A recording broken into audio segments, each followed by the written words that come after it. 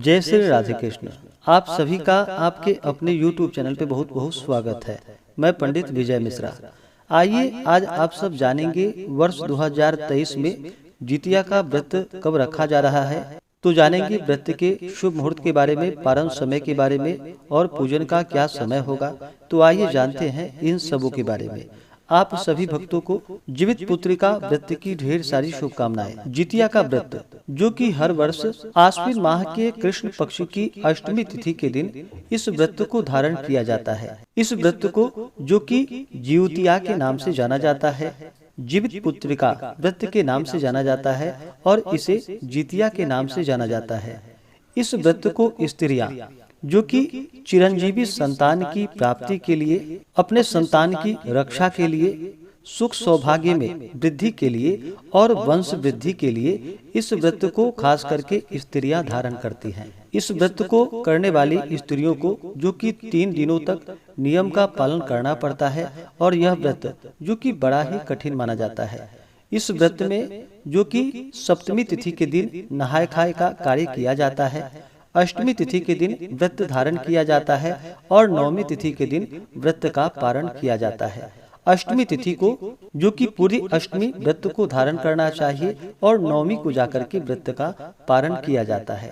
इस बार आश्विन माह कृष्ण पक्ष की अष्टमी तिथि प्रारंभ समय जो कि 6 अक्टूबर 2023 दिन शुक्रवार सुबह 6:37। यह समय सनातन पंचांग के अनुसार है और अष्टमी तिथि प्रारंभ समय वाराणसी ऋषिकेश पंचांग के अनुसार जो कि सुबह 9:26 पे है और अष्टमी तिथि की समाप्ति जो कि 7 अक्टूबर 2023 दिन शनिवार को सुबह 8:09 पे यह समय सनातन पंचांग के अनुसार है और वाराणसी ऋषिकेश पंचांग के अनुसार अष्टमी तिथि की समाप्ति जो कि 7 अक्टूबर को सुबह 10:21 पे है। यानी कि दोनों पंचांगों में व्रत को लेकर के पारण समय जो कि कम और ज्यादा है। इस बार पंचांगों के अनुसार जो कि ऋषिकेश वाराणसी पंचांग के अनुसार या मिथिला पंचांग के अनुसार, सनातन पंचांग के अनुसार जो कि जीवित पुत्रिका का व्रत 6 अक्टूबर 2023 दिन शुक्रवार को सभी व्रत को धारण करेंगे और सप्तमी तिथि दिन के नियम का पालन जो कि 5 अक्टूबर गुरुवार को किया जाएगा। 5 अक्टूबर को सभी नहाय खाए का कार्य करेंगे। नहाय खाए में जो कि इस दिन स्नान करके शुद्ध वस्त्र धारण करके अपने इष्ट देवता कुल देवता का पूजन करके इस दिन शुद्ध और सात्विक आहार ग्रहण करनी चाहिए। लहसुन प्याज आदि का प्रयोग नहीं करना चाहिए। कुछ जगहों पर जो कि नहाय खाए के दिन मछली खाने की भी परंपरा है, लेकिन आप अपने अपने परंपराओं के अनुसार व्रत को धारण करें। जहां तक हो सके सप्तमी तिथि के दिन शुद्ध और सात्विक आहार ग्रहण करनी चाहिए। लहसुन प्याज मांस मदिरा अंडा आदि का सेवन बिल्कुल भी नहीं करना चाहिए और फिर अष्टमी को व्रत धारण करना चाहिए।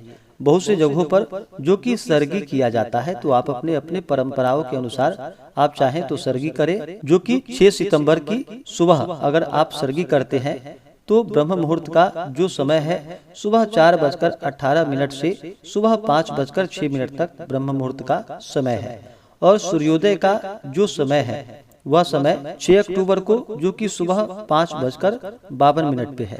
तो जो भी सरगी अगर करना चाहते हो तो सुबह 4 बजे के समय में आप सरगी का कार्य कर ले। बहुत से जगहों पर सरगी नहीं किया जाता है, तो आप अपनी परंपराओं के अनुसार व्रत को धारण करें और फिर 6 अक्टूबर को अष्टमी तिथि जो कि दिन रात्रि निर्जला रह करके व्रत को धारण करें। इस व्रत में जो कि अन्न और जल दोनों का ही त्याग करना पड़ता है। अन्न और जल दोनों ग्रहण नहीं करने चाहिए। अष्टमी को निर्जला व्रत धारण करना चाहिए और अगले दिन जाकर के नवमी तिथि को व्रत का पारण करना चाहिए। तो व्रत का जो पारण किया जाएगा अष्टमी तिथि की समाप्ति 7 अक्टूबर दिन शनिवार को सुबह 8:09 पे जो कि सनातन पंचांग के अनुसार है और वाराणसी पंचांग के अनुसार सुबह 10:21 जो कि अष्टमी तिथि की समाप्ति है। तो आप जहां भी रहते हैं उसके अनुसार यह अष्टमी तिथि की समाप्ति का समय है। इसके बाद ही आप व्रत का पारण करें। अष्टमी में व्रत का पारण नहीं करना चाहिए, नवमी में व्रत का पारण करना चाहिए। कथा के अनुसार जो कि इसमें शुद्ध अष्टमी का व्रत बतलाया गया है और नवमी में जाकर के व्रत का पारण बतलाया गया है, जो कि उदया तिथि के अनुसार सनातन पंचांग के अनुसार जो कि अष्टमी तिथि समाप्ति 7 अक्टूबर को सुबह 8:09 पे है। उसके बाद नवमी तिथि शुरू है।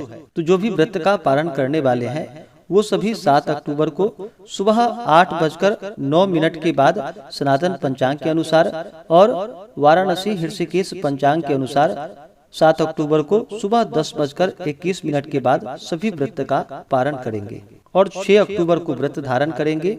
5 अक्टूबर को नहाय खाए का कार्य करेंगे। 6 अक्टूबर को जो राहु काल का समय है वह समय सुबह 10:17 से सुबह 11:46 तक होगा और 7 अक्टूबर को राहु काल का समय सुबह 8:49 से सुबह 10:17 तक है।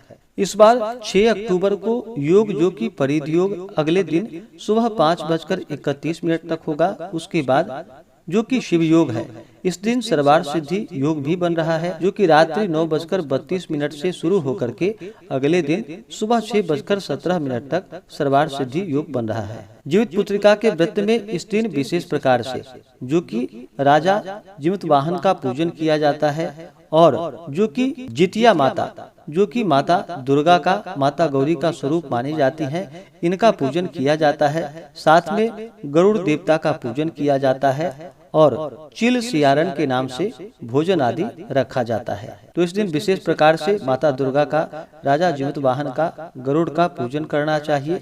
राजा जीवित वाहन का इस दिन जो कि कुशा की निर्मित आकृति बना करके राजा जीवित वाहन का पूजन करना चाहिए। विशेष प्रकार से जीवित पुत्रिका के व्रत में प्रदोष काल के समय में पूजन किया जाता है। प्रदोष काल का समय जो कि सूर्यास्त से 1 घंटे पहले और 1 घंटे बाद तक का समय, वह समय प्रदोष काल का होता है। तो 6 अक्टूबर को सूर्यास्त जो कि शाम 5:39 पे है। तो इस दिन पूजन का जो समय है 6 अक्टूबर को शाम 4:39 से लेकर के शाम 6:39 तक विशेष प्रकार से प्रदोष काल के समय में पूजन करें। आप चाहें तो आगे भी पूजन कर सकते हैं, कोई दिक्कत नहीं है, लेकिन विशेषकर प्रदोष काल के समय में पूजन बतलाया गया है। जीवित पुत्रिका के व्रत में दिन रात्रि निर्जला व्रत रखना चाहिए, जहाँ तक हो सके जागरण आदि का कार्य करना चाहिए। गीत वाद्यादि करते हुए समय को व्यतीत करना चाहिए। इस दौरान धर्म का आचरण करते हुए रहना चाहिए। ब्रह्मचर्य का पालन करना चाहिए। तामसिक वस्तुओं का प्रयोग बिल्कुल भी नहीं करना चाहिए। शुद्ध और सात्विकता का पालन करते हुए अपना मन भक्ति भाव में लगानी चाहिए। इससे अनंत फलों की प्राप्ति होती है, संतान की रक्षा होती है, सुख सौभाग्य में वृद्धि होती है और वंश की वृद्धि होती है। तो आशा करता हूँ कि यह जानकारी आपको अच्छा लगा हो। ऐसे ही ज्ञानवर्धक जानकारियाँ प्राप्त करने के लिए हमारे इस चैनल पे अगर आप नए हैं तो चैनल को लाल बटन दबा करके सब्सक्राइब करें, साथ में बेल आइकन घंटी को दबाएं ताकि मेरे वीडियो का नोटिफिकेशन आपको समय से मिलता रहे। वीडियो को लाइक करें, शेयर करें। सुखी रहें और स्वस्थ रहें। जय श्री राधे कृष्ण। धन्यवाद।